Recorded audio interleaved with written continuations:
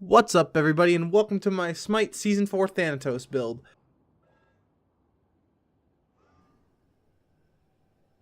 In this video, I'm just going to give you a quick little rundown of what I like to buy on Thanatos and a few tips and tricks here for those new players or players who are just adjusting to Season 4, because Season 4 has been officially released on all three platforms now.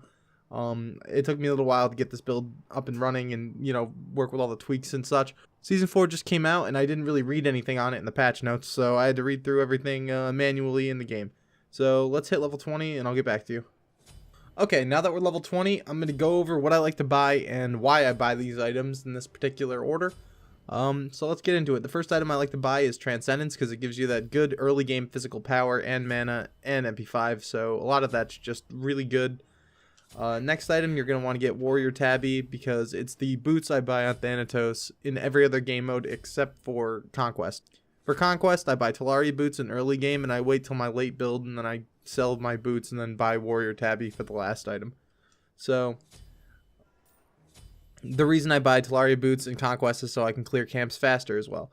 So the next item you're going to want to get is Hydras. Hydras has always been in my book, a necessity on Thanatos in Season 3. It's just really good. It helps him with his basic attacks. It also gives you 10% CDR, which is almost required on Thanatos, because if you don't have enough cooldown, you're going to die, and it's just going to be a problem. So the next item, it's kind of a tie between either Jotun's or Brawler's Beat Stick.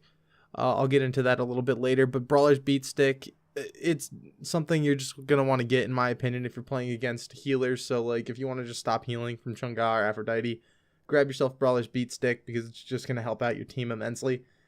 Pretty much anything else, I'd say go with Jotun's, but that's just my opinion. You can tinker around with this and, see how it works for you. Next, you're going to want to get... Alright, so the next item you're going to want to get is Heartseeker. I'd say always get Heartseeker on Thanatos. It's just such a good item now that since they changed it in Season 4, it stacks and it works very well with Hydras. So it's just almost, if you get the stacks right in your Hydra procs and your Heartseeker procs, you can almost one-shot a squishy person with your basic attack, and it's pretty nuts. Next, you're going to want to get Bloodforge if you go the way with Jotun's Wrath. So Bloodforge, it just gives you a shield. It's Bloodforge. It's a lifesteal item. It's really good. Gives you a lot of power and everything like that.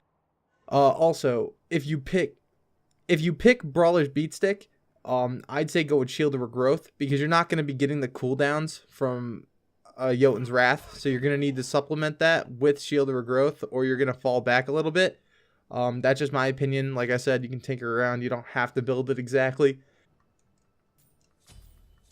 Okay, so now going into relics, what I like to do on Thanatos is start off with Bracer of Undoing. What Bracer of Undoing does is it makes it so it subtracts 3 seconds from all of your abilities currently on cooldown. So if I use my first ability and then I use that, it just went from 8 seconds to 5 seconds. And it helps out a lot, especially in the heat of battle. Especially if, you got that like 3 seconds left on the cooldown and your scythe is, the one thing that'll keep you alive, and you use that, well, you're going to live through it.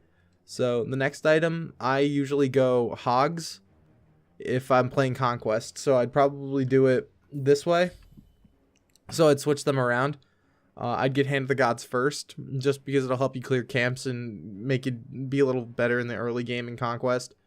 And then get Bracer of Undoing for your second one. But since I'm doing jungle practice, I'm probably going to pick up Sunder, just because they made Sunder a lot better than what it was, and it's still funny if you get a kill with it.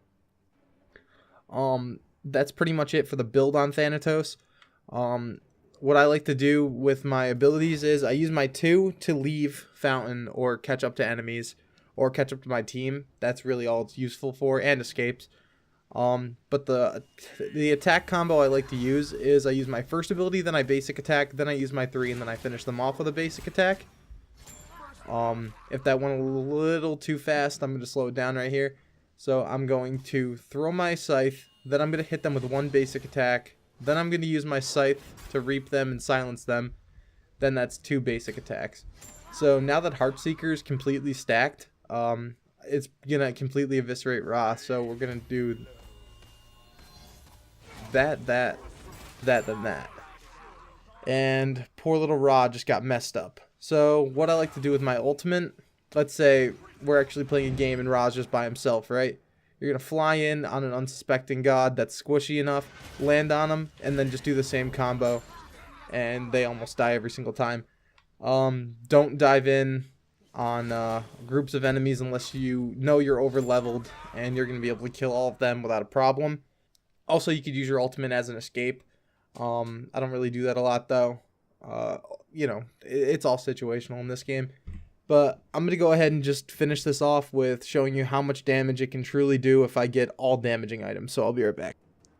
Okay, so now that we have all the damage items, I got both damaging pots, got the fire giant buff, and I got the damage buff. Let's see how much damage he can really do with a basic. That's a 4-hit on a squishy enemy. So Thanatos is just, he's ranked as the best assassin for a reason.